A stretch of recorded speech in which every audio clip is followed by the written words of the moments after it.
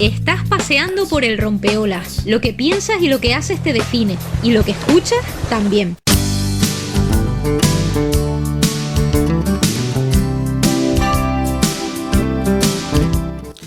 Bueno, pues pasamos al segundo tema de la mañana. Vamos a hablar de... Bueno, mañana, como antes le comentaba, es el Día de las Madres, el día 1 de mayo, el Día del Trabajo. Pero ¿cómo ha sido la lucha realmente, ¿no? Las luchas de los movimientos obreros ha tenido mucho que ver en el avance social, ¿verdad? Pero ¿cómo ha sido aquí en Canarias? Pues para hablar un poco de esa evolución, de cómo ha sido, sobre todo de la etapa post-franquista hasta ahora, que mucho ha llovido y muchos se han movido. Tenemos ahí al otro lado del hilo a José Emilio Martín. Eres maestro y sindicalista, ¿no? Ha llevado toda su vida dedicada al sindicato, en este caso a comisiones obreras. Con él vamos a hablar de este tema, de un poco de esos apuntes históricos de la historia del sindicalismo en Canarias. Emilio, buenos días. Buenos días. ¿Qué tal? ¿Cómo estamos, hombre, en esa zona bien. del Sausal, del norte de Tenerife? Sí, señor, por aquí estamos con un buen día, con solito. Ya, me estaba comentando Salvador García hace un momento que sí, que hacía también por ahí por la zona de él un buen día. Bueno, Emilio, decía yo, no sé si la expresión es la adecuada, mucho ha llovido desde entonces, pues no sé si ha llovido mucho o poco. Bueno, llovió en una época mucho, pero sí. Pero en general no ha llovido mucho, no digamos, no sé. ¿Cómo podemos arrancar el tema, Emilio? Pues hay varias maneras de arrancarlo. Yo, en principio, dado que quieres situarte posterior a la guerra civil, o al alzamiento, o al levantamiento, o a la sublevación, o a la barbaridad que cometió Franco y...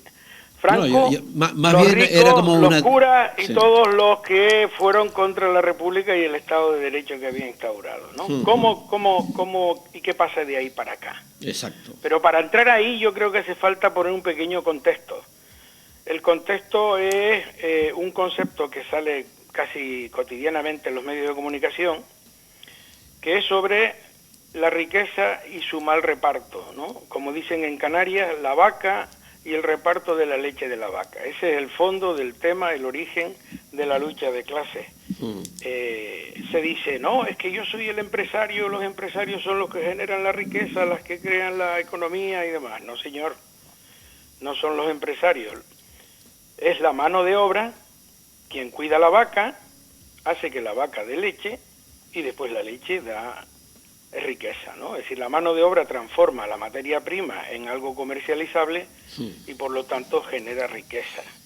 Que el capital también es una colaboración entre la inversión de quien compra la vaca y quien la cuida, sí, pero no es solo y exclusivamente la riqueza un tema del empresario, es decir, que eso es de fondo. Y después, eso ha estado mal repartido de toda la vida, hasta que un periodo de la historia, que es la Revolución Industrial, pues aparece la fábrica, los trabajadores se ven juntos y descubren un fenómeno que es la unidad, ¿no? El que están juntos.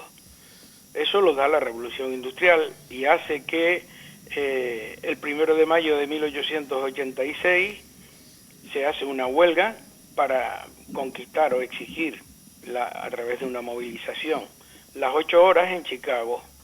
Hay muertos por el camino, 6 muertos, hay varios días de huelga, levantamientos y demás, y posteriormente en 1989 en un congreso obrero de la Segunda Internacional en París se declara el 1 de mayo, que no se celebra en todo el mundo, se celebra prácticamente en todo el mundo y casualmente en Estados Unidos no se celebra el 1 de mayo sino en otras fechas.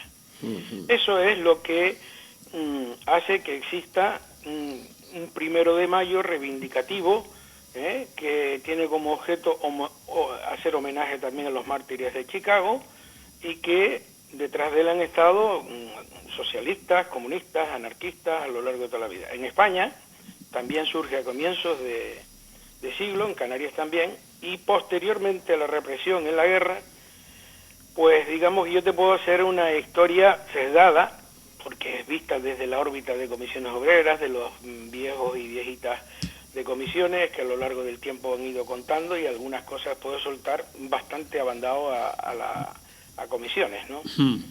En la segunda, pues sabes que en la República fundamentalmente había CNT, en Santa Cruz Laguna había principalmente CNT, en el Puerto de la Cruz era UGT, es decir, ahí pues una historia ahí.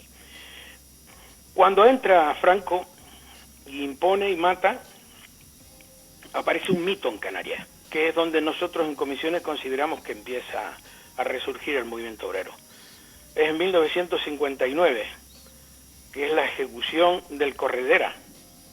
En 1959 se ejecuta al Corredera, es decir, a Juan García Suárez, y el franquismo lo considera cabeza de turco. Tal es así que se le acusa de haber intentado atentar contra Franco en 1936 cuando salía de Canarias. Eso es de lo que se le acusa. En el 47 mató a un carnicero por venganza de la muerte de un hermano de 19 años. Eran los falangistas, era un falangista, ¿no? Y en una manifestación en el 36 también tiene un problema con otro franquista y está 20 años prófugo hasta que lo cogen y lo ejecutan, ¿no? Es decir, ese mito que gira en torno al Corredera hace que ya en el 60 los síntomas de malestar social en Canarias, en Gran Canaria, en Tenerife, empieza a haber, pues... Pero perdona, Emilio, pero entonces tiene una conexión, yo eso no lo sabía, una conexión entre la historia del Corredera con el movimiento obrero. Sí, señor. De hecho, el movimiento obrero lo considera parte de su movimiento, es decir, el Corredera se rebela contra el franquismo, se rebela contra los asesinatos y pasa a ser parte de... Ya sabes que el movimiento obrero nace con una mezcla de política social, ¿no? Vale. ¿Y qué pasa? Que empieza a ser una especie de mito en ese momento, después. Se transforma en un mito y coincide con un malestar enorme que hay en Tenerife y en Gran Canaria. En el año 61 se producen las primeras movilizaciones importantes en una empresa que hay en Gran Canaria, en Telde, que se llama Cinca. En Tenerife hay movimientos ya en el 61 de las lecheras y las panaderas. En el año 62 surge la caída de Canarias Libre, que venía funcionando de atrás. Hay una huelga política en Cinca, ya no es solo laboral por temas económicos, sino política, en protesta por las detenciones de gente que estaban en la órbita de comisiones, el PC, comisiones. Se forman las primeras comisiones obreras en Cinca en ese año. A partir de ahí se empieza, sobre todo en Gran Canaria y en Las Palmas y Telde, se extienden las comisiones obreras en el 63, en el 64, por empresas como Tirma, Rumbo, Fosforera, Unelco, Los Hilos, Guaguas. Hay una huelga importante en las cubanas, en las guaguas y las cubanas, la cubana se llamaba, con manifestaciones públicas, movilizaciones en Tirma. En el año 65 se publica el primer Tierra Canaria, que es un periódico que aguanta abierto mucho tiempo. Y hay una fusión del movimiento obrero con un grupo cultural que se llamaba Latitud 28, que tenía una concepción progresista de izquierda y canarista o independentista o nacionalista. Latitud 28 estaban los hermanos Gallardo, Tony Gallardo y José Luis Gallardo, y una serie de gente ahí un poco que son conocidos en Gran Canaria sobre todo. Tony Gallardo es conocido en el nacional, y en Fuerteventura, sí. Sí, de Fuerteventura está el hijo, pero... El hijo, el padre, ¿estás hablando de Tony Gallardo? Estoy hablando de Tony Gallardo, vale. escultor, pintor... Sí, sí, que en su momento fue secretario general del Partido Comunista en Canarias, ¿no? Efectivamente, en este periodo. En el 66 hay elecciones sindicales del Sindicato Vertical y dentro de ahí, infiltrados, se presentan candidaturas de comisiones obreras y ganan, ¿no? Ganan en un montón de sitios. En ese año, en el 66, en Gran Canaria, Franco instaura el día 1 de mayo una cosa que era el San José Obrero, ¿no? No se atreve a quitarlo, pero hace una festividad San José Obrero. Pues en Las Palmas, como oposición al franquismo, se celebra el 1 de mayo de Las Palmas y hay 22 detenidos. A la vez hay huelgas paralelas en Covalapa, en La Minilla, en una fábrica de frigoríficos. Es decir, hay un montón de movimientos, aunque eso no se refleja en los medios, ¿no? En el 67 se ocupa el sindicato vertical para celebrar una asamblea libre de obreros y campesinos, que se salda con numerosas detenciones. Hay una huelga importante en la factoría de pescado de Lloret.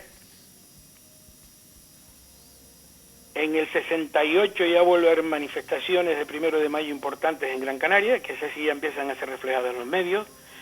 El 15 de septiembre del 68 tiene lugar otro punto de referencia importante del movimiento obrero en Canarias, que es Sardina del Norte, ¿no?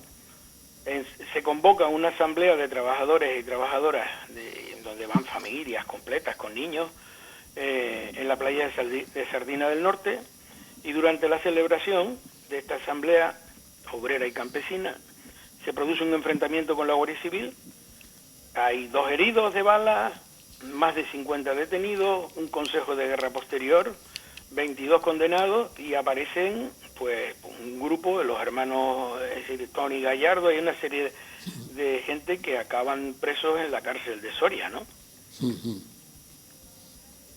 No sé si te gusta como voy, perfecto. más o menos. No, bien, sí, está bien. No, es que justamente coincide porque ya Tony Gallardo, hijo, nos contó una vez el tema este de Sardina, sí, estoy recordando.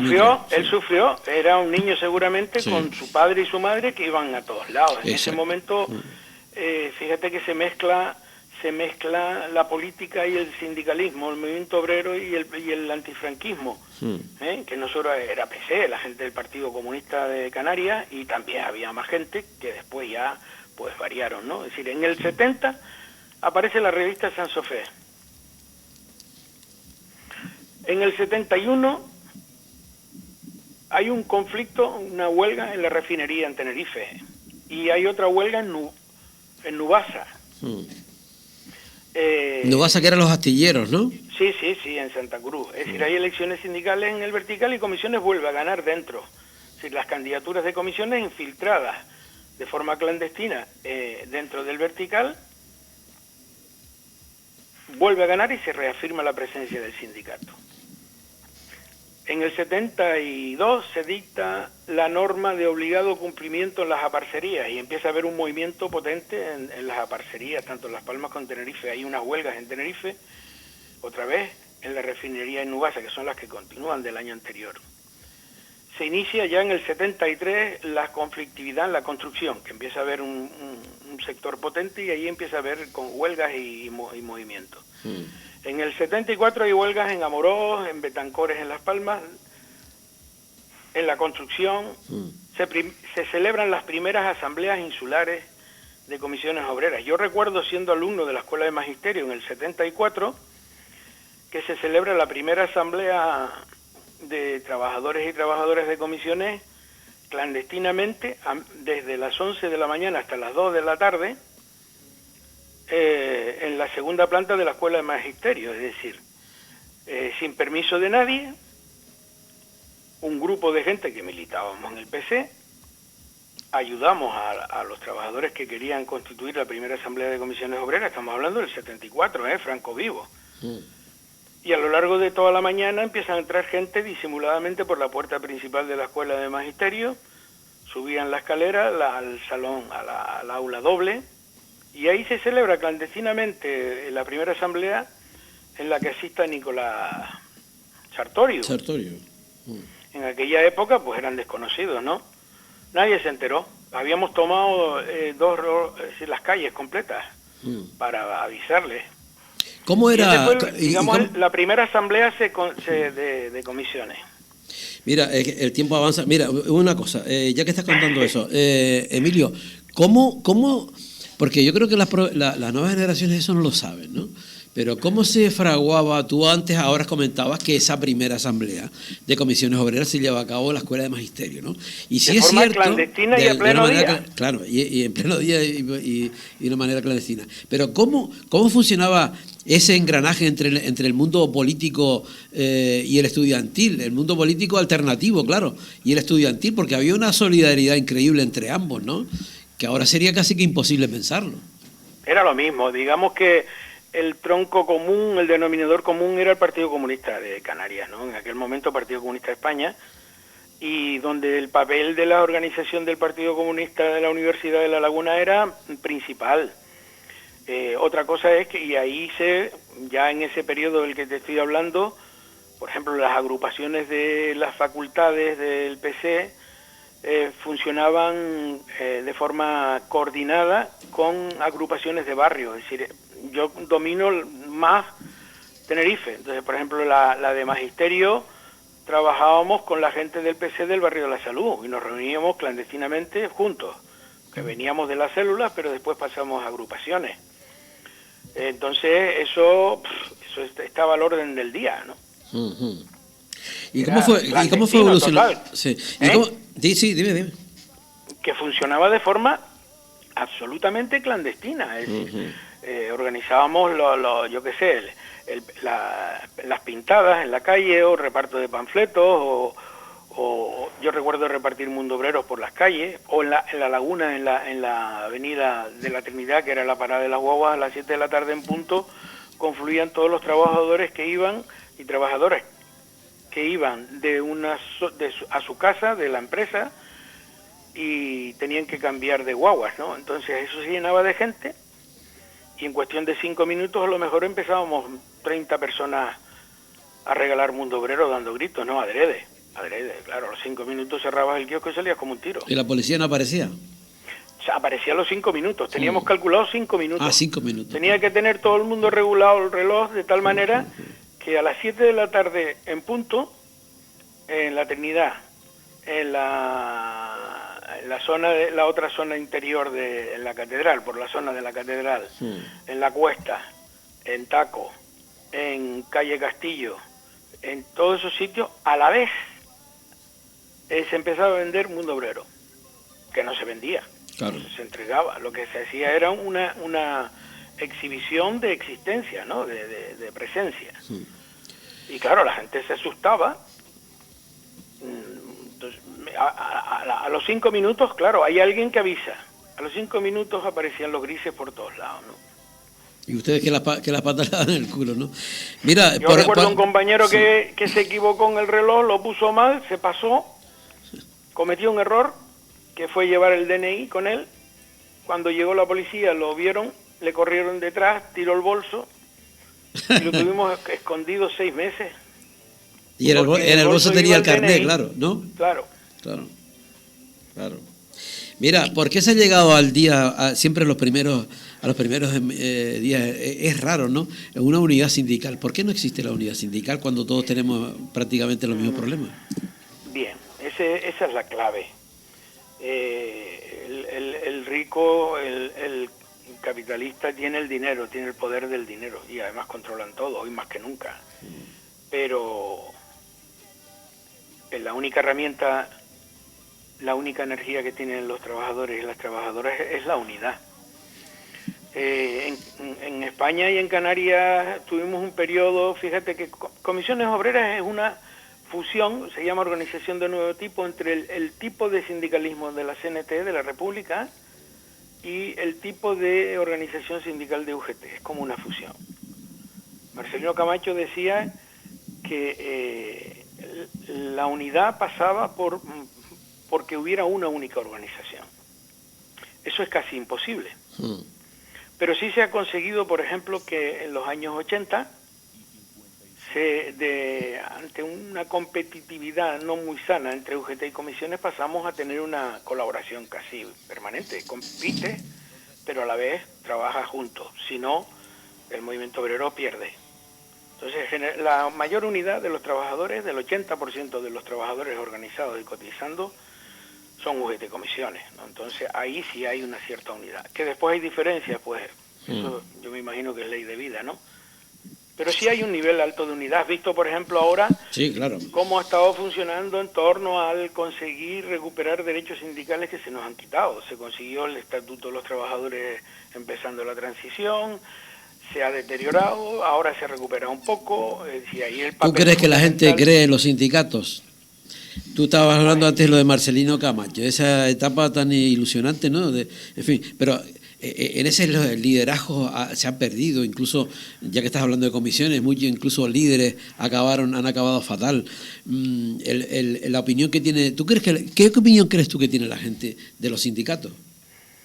Pues la imagen que se ha construido de los sindicatos en la sociedad es negativa, pero no nos olvidemos que aquí han jugado un papel muy, muy importante desde las cloacas del Estado, pasando por los poderes fácticos y los medios de comunicación que los controlan los mismos de siempre. En los últimos años, el daño de culpabilizar a los sindicatos... Fíjate, en la crisis del 2008, los sindicatos convocamos, por ejemplo, en Tenerife, en Las Palmas, a las manifestaciones inmensas. No sé si lo recuerdas. Hasta que la gente se cansa y empieza los recortes de la historia, y claro, los sindicatos no tienen mayor capacidad. En el caso de comisiones, acabamos con una crisis económica, es decir, por exceso de gastos, de movilización, y te extenúas, ¿no? Es verdad, por ejemplo, que se pasó en la crisis económica, nosotros llegamos a tener unos 50.000 afiliados en Canarias, cotizantes reales, que no es tanto de una población de 1.100.000 personas, pero es bastante, no hay ninguna organización que tenga tanto, ¿no? O 5.000 representantes, delegados electos en urna, ¿no? Pero también es verdad que hay muchísimos trabajadores que no se organizan. ¿Cuál es el motivo? Fíjate, en Canarias el 90 y pico % de las empresas son pequeñas empresas. Para que haya elección de delegados y se elija un delegado, se requiere al menos 6 trabajadores en una empresa. La inmensa mayoría de las empresas no llevan a 6. Y después, por otro lado, un periodo ahora que viene desde el 2010 para acá, los recortes, en los que se le quita el derecho a una acción colectiva.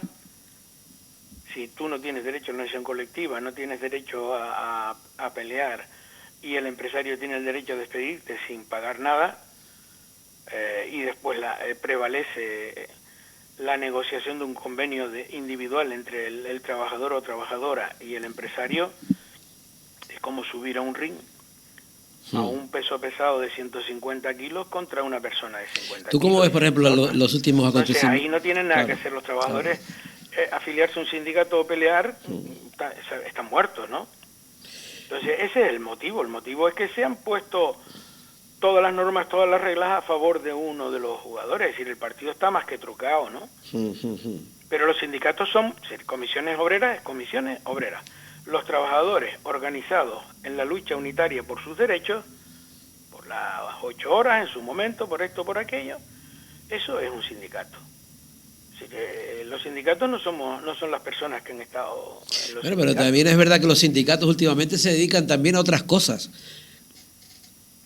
¿no? Por ejemplo, no sé, por ejemplo, hacen, ¿qué te digo yo? A lo mejor en la enseñanza, pues también hacen cosas de cursos, no sé qué. Yo no sé si todo ese tipo de cosas realmente forman parte de lo que debería ser un sindicato. Porque tú acabas un sindicato que se define como sociopolítico, es decir, lo laboral es social. Por ejemplo, cuando hablamos de salario, hay 3 tipos de salario, ¿no? Salario directo, que es el dinero que te pagan por el trabajo realizado, ¿no? Salario indirecto, que son las condiciones en las que tienes que hacer tu trabajo, es decir, el derecho a tener ropa, el derecho al horario, el derecho a la formación, el derecho, eso es permanente, estamos hablando de I más D más I más C, es decir, entonces ahí entra la formación. Dentro de un convenio colectivo están un montón de factores, no solo el dinero que se percibe, la retribución, sino están el salario indirecto, las condiciones en las que se hace el trabajo. En la escuela, tú sabes que el número de alumnos por aula, un montón de cosas, la formación permanente del profesorado, ese es un derecho laboral también. Mira, y después está el salario diferido, que por ejemplo tú, que estás jubilado, yo también, llega alguien y te dice, no, yo te estoy pagando tu pensión. ¿Cómo? A mí no me está usted pagando mi pensión.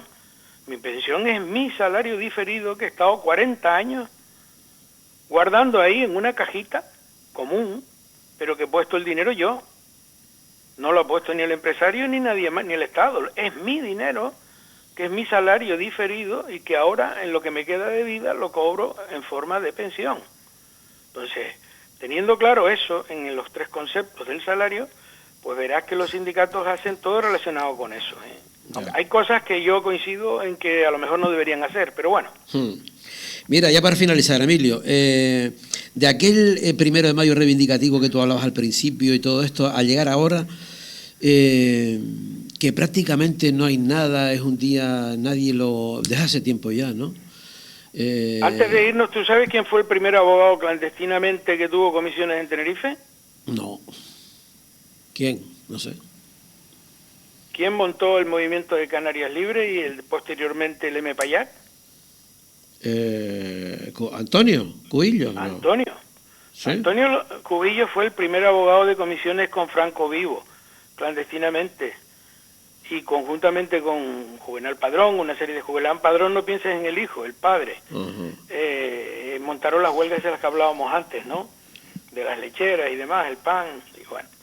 Me habías hecho una pregunta. Sí, bueno, que básicamente, ¿qué crees tú de aquellos 1 de mayo reivindicativos, ilusionantes, que ahora a encontrarnos ahora la realidad de ahora que no hay nada?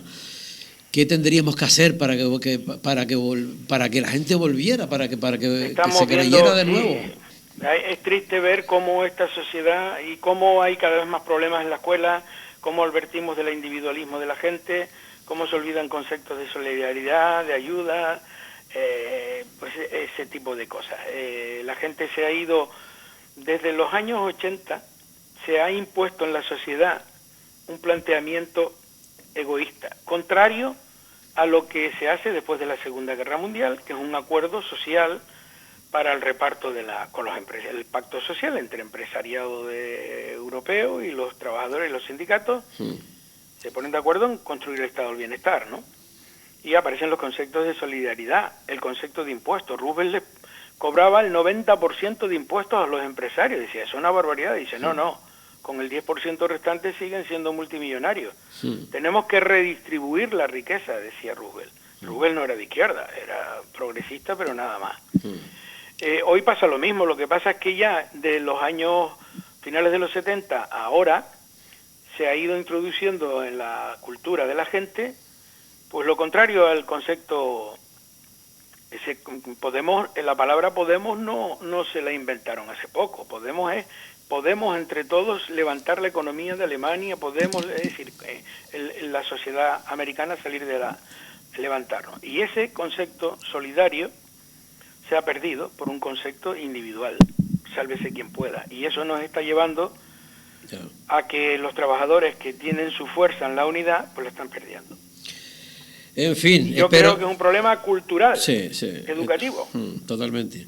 Bueno, Emilio, ya se nos pasamos el tiempo. Gracias por haber estado con nosotros. Otro día te llamo y hablamos de más historias. Yo creo que hace falta que la gente vuelva a conocer los primeros pasos de toda esta historia, ¿no?